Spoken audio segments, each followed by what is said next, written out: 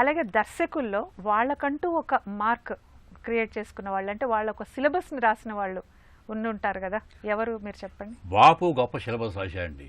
సినిమాని తీసుకెళ్ళి 40 అడుగులు 120 అడుగులు ఉన్న స్టూడియో నుంచి తీసుకెళ్ళి అక్కడ పచ్చడి గోదావరి దగ్గర సినిమాలు తీశాడు బాపు గారు. విశ్వనాథ్ గారు సంగీతానికి సాహిత్యానికి పెద్దపేట వేసి సినిమాలు తీశాడు. కాకమ్మ కథలు అంటాను చూడండి, అటువంటి అనగనగా ఒక రాజు, అటువంటి కథలు తీసుకుని మాంత్రికుడితో విఠలాచార్య తీశాడు, ట్రెండ్ సెట్టర్.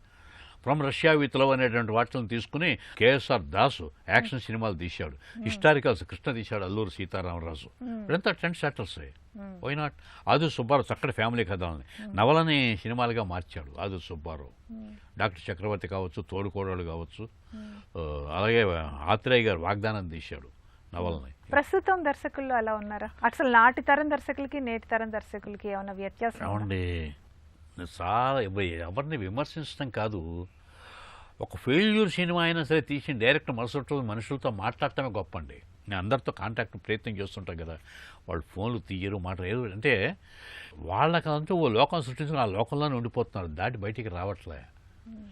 ఈ సినిమా పేరు చూడండి, ప్రింటెడ్గా ఉన్న ఏదో ఒక బాహుబలి ఇటువంటివో కొన్ని తప్పితే అశ్విని దత్ తీశాడు సీతారామం, తర్వాత అనే చెప్తే హిస్టారికల్ ఫ్యాంటసీ అంటే ఎవరు చూస్తారండి అన్నారు. బింబిసారా బ్రహ్మాండంగా చూశారు. అది తీసే ఒక డెడికేటెడ్ ఇది ఉండాలండి. ఒక డైరెక్టర్ ఉంటే అబ్బాబ్బా ఏం తీసావు గురు సీను, అదిరిపోయింది గురు అంటూ పక్క 10 మందిని, దాంతో నేనే గొప్పవాడు అనుకుంటాడు. అక్కడతో చాప్టర్ క్లోజ్. డెడికేటెడ్గా ఉండాలండి, కూర్చోవాలి. ఇదివరకు అన్నపూర్ణ వాళ్ళకి స్టూడియో డిపార్ట్మెంట్ ఉండేది, విజయవాడకు ఉండేది. రచయిత, ఎడిటరు, ఆర్ట్ డైరెక్టర్ అంతా కూర్చొని అంటే ఇప్పుడు ఇంపాసిబుల్ అనుకోండి.